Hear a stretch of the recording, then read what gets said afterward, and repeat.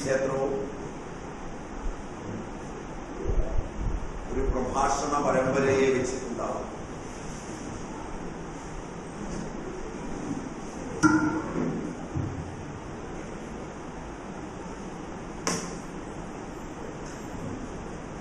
മാസാചരണത്തെക്കുറിച്ചും മറ്റും ഇതിനകം മിക്കവാറും എല്ലാ പ്രഭാഷകന്മാരും എന്നോട് സംസാരിച്ച് കഴിഞ്ഞിട്ടുണ്ട്.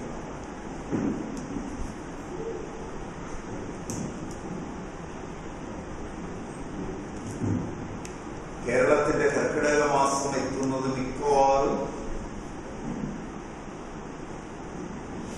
അപൂർവം ചില അവസരങ്ങൾ ഒഴിച്ച് ചാതുർമാസ്യാരംഭം മുതലാണ്.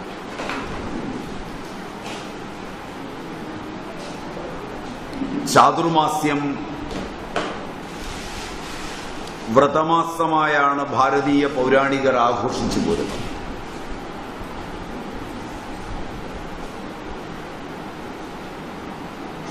മുമ്പത് 4 മാസക്കാലമായിരുന്നു.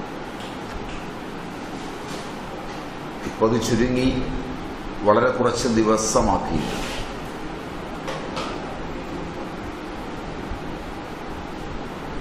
ഒരു വർഷത്തിൽ 4 മാസം ബ്രഹ്മചാരികളും ഗൃഹസ്ഥന്മാരും വാനപ്രസ്ഥന്മാരും സന്യാസിമാരും അവരവർക്ക് വിധിച്ചിട്ടുള്ള കൽപ്പസൂത്ര നിർദ്ദേശപ്രകാരം വ്രതമാചരിച്ച് ധർമ്മസൂത്രങ്ങളുടെയും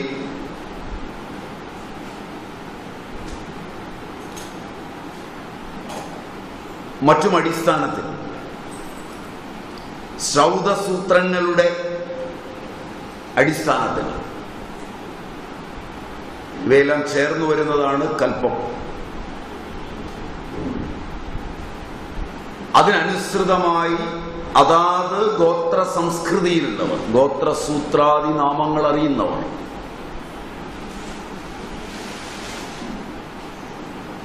ഓരോ വർഷവും അറിഞ്ഞും അറിയാതെയും ഉപയോഗിച്ച വാക്കുകളുടെയും വിചാരങ്ങളുടെയും പ്രവൃത്തികളുടെയും അടിസ്ഥാനത്തിൽ രൂപപ്പെട്ടു നിൽക്കുന്ന തൻ്റെ ബുദ്ധിയെയും മനസ്സിനെയും പ്രാണനെയും അഗ്നിസ്തോമങ്ങളെയും ശുദ്ധീകരിച്ചെടുക്കുക എന്ന പഞ്ചവിധമായ പാപമോചനത്തിന് അഗ്നി, സോമം, പ്രാണൻ, മനസ്സ്, ബുദ്ധി ഇവ 5ന്റെയും ശൗതനിർദ്ദിഷ്ടമായ തലത്തിൽ ഈ 5 അന്നവിശേഷങ്ങളെ ശുദ്ധീകരിക്കുകയും തദ്വാര വരാനിരിക്കുന്ന നാളുകളിൽ തൻ്റെ ലോകമെന്ന എണ്ണം വിശിഷ്ടമായി തീരുവാൻ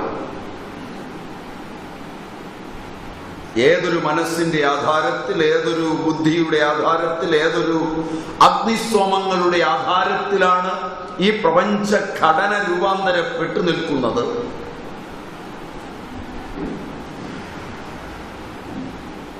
അതിനെ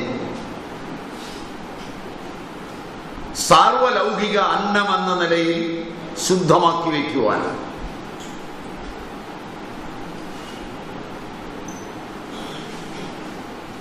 നിത്യനൈമിത്തികങ്ങളായ കർമ്മങ്ങളെയും അതിന് ബലം തരുന്ന അന്നത്തെയും ഓദനത്തെയും പശു അന്നത്തെയും,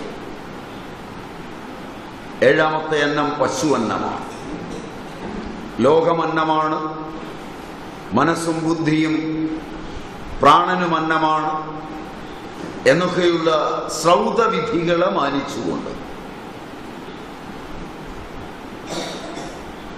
4 മാസത്തെ വ്രതനിഷ്ഠയുടെ കാലമാണ് ഇത്.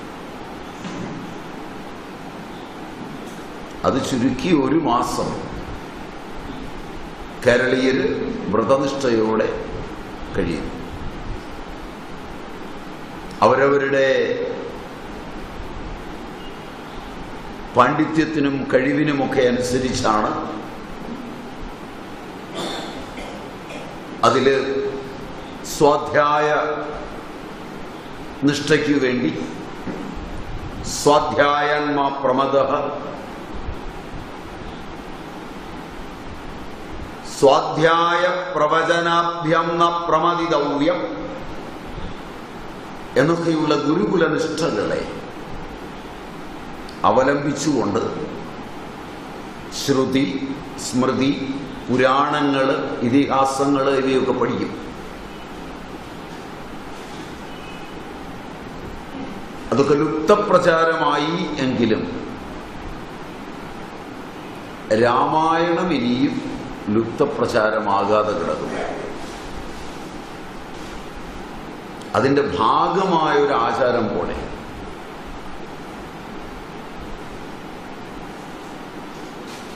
രാമായണം ആദി രാമായണമാണ് പ്രസിദ്ധം. 100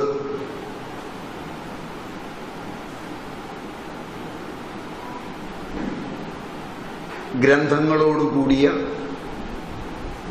കോടി ഗ്രന്ഥങ്ങളോടുകൂടിയ ബ്രഹ്മരാമായണം. അതിനെ അവലംബിച്ച് നാരദൻ ഉപദേശിക്കുന്നതാണ് മൂലരാമായണം, 100 ശ്ലോകങ്ങൾ.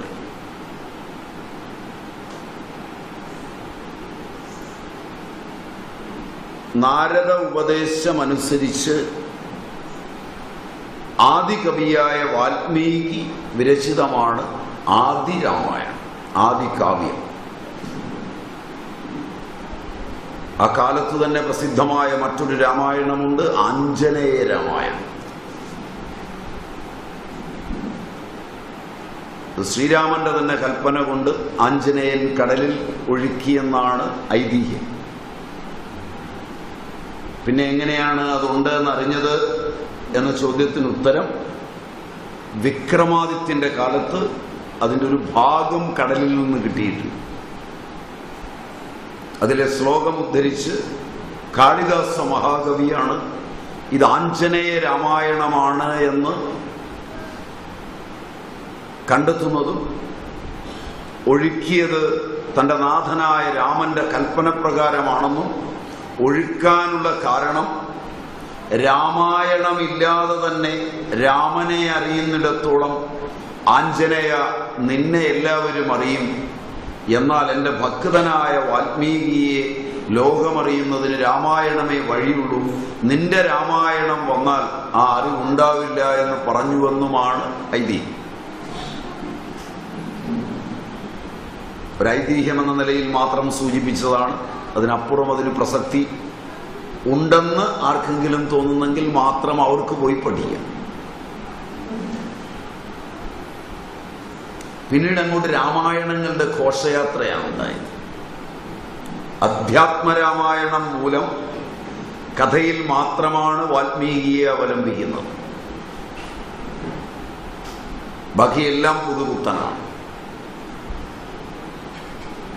സംഭവങ്ങളും ചരിത്രവും വാൽമീകിയിൽ നിന്ന് ഉൾക്കൊള്ളുകയും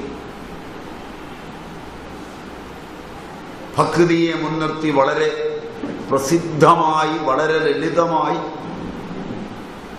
അധ്യാത്മരാമായണം മൂലം രചിക്കുകയുമാണ് ഉണ്ടായത്.